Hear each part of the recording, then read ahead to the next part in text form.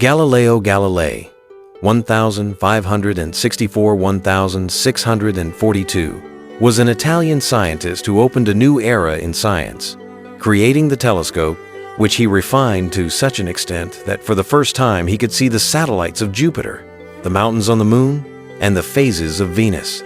He confirmed Copernicus's heliocentric theory, which held that the Earth revolved around the Sun, defying the official view of the Church and risking his life and reputation.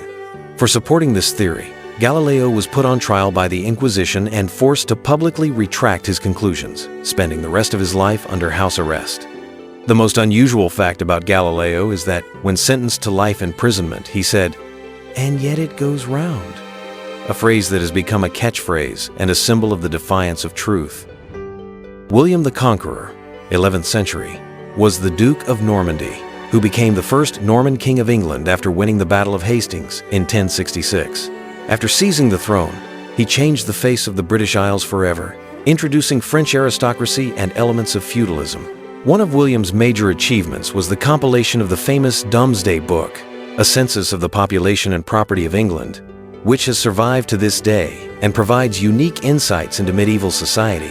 Before William's arrival, the English language practically did not exist, and after the Norman invasion, modern English appeared in the country, enriched with many French loanwords. William was short in stature, so he used to raise his horse's reins higher to make him look more imposing on the battlefield. Dmitry Ivanovich Donskoy, 1351–389, Grand Duke of Moscow, hero of the Battle of Kulikovo in 1380, who crushed the horde army of Mamai and initiated the liberation of Russia from the Tatar-Mongol yoke. Under Dmitry began the rise of Moscow as the main center of unification of Russian lands, strengthened the position of the Moscow Prince, and increased the authority of Moscow among the other principalities.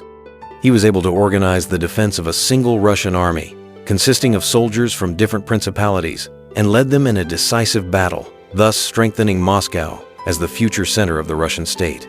Dmitry bore the nickname Donskoy, precisely after his victory on the Kulikovo field, located near the Don River, although initially he was called simply Dmitry of Moscow. Charlemagne, 742–814, was king of the Franks and Holy Roman Emperor, who united European tribes and peoples into a single empire, recreating the power and grandeur of the Western Roman Empire. His major achievements include expanding the borders of the state, establishing schools and monasteries, encouraging literacy, and establishing an academy at court from which a host of scientists and philosophers emerged. Known as the Father of Europe, Charles was active in restoring trade routes, streamlining laws and finances, and bringing civilized features back to the lost West. It is interesting that with such a loud title, Great, Charles could read, but never learned to write, explaining it by saying that every time he took a pen in his hands, it was as if his fingers forgot how to hold it correctly. King Arthur is the legendary ruler of Britain, the hero of numerous legends and chivalric novels, who protected the island from enemies and united the country. According to legends, he wielded the magic sword Excalibur, ruled from Camelot, and headed the Round Table, where the bravest knights sat. His main achievement was to create an ideal of honor, justice, and valor that laid the foundation for future conceptions of chivalry. Despite the lack of historical evidence of real existence, Arthur's image has become a symbol of heroism, dignity, and fortitude, attracting attention for 1,000 years. Vladimir Sviatoslavich was the Grand Prince of Kiev, known as Vladimir the Red Sunday and Vladimir the Holy, the baptizer of Rus. The main achievement of the prince is the adoption of Christianity in 988, after which it became the state religion of Russia, having made an imprint on all further culture and history of the country. During Vladimir's time, there was a mass conversion of the population to the new faith, the construction of temples, and the foundation of centers of Christian culture, such as St. Sophia Cathedral in Kiev. Vladimir had many wives and concubines, but after accepting Christianity, he became a zealous Christian, sacrificing the old way of life and turning to rule on the basis of morality and justice. Leonardo da Vinci is the greatest artist, scientist, and inventor of the Renaissance, who left a profound mark in the history of art and science. His brilliant paintings, such as The Last Supper and Mona Lisa, are considered the pinnacle of world painting and still inspire excitement and controversy.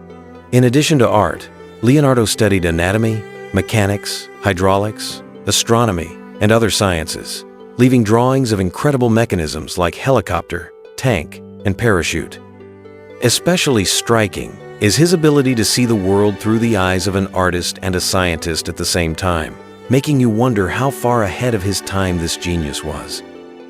Stefan Uroš IV Dušan, known as the Macedonian, was a Serbian king and emperor who created one of the most powerful medieval powers in southeastern Europe. He was able to expand Serbia's borders, annex Macedonia, Albania, and large parts of Bulgaria, forming an empire comparable in strength to Byzantium. Stefan published Stefan Dušan's Law, one of the first legal codes in Europe, which regulated the rights and duties of citizens, taxation, and court procedures. Dušan's peculiarity was the combination of power and culture. He patronized the arts, built cathedrals and monasteries, ensuring a high level of development for his state. Marco Polo was a Venetian merchant and traveler who opened the mysterious world of the East to Europe. He spent 24 years in China, served at the court of Kublai Khan, traveling through Asia, and collecting invaluable observations.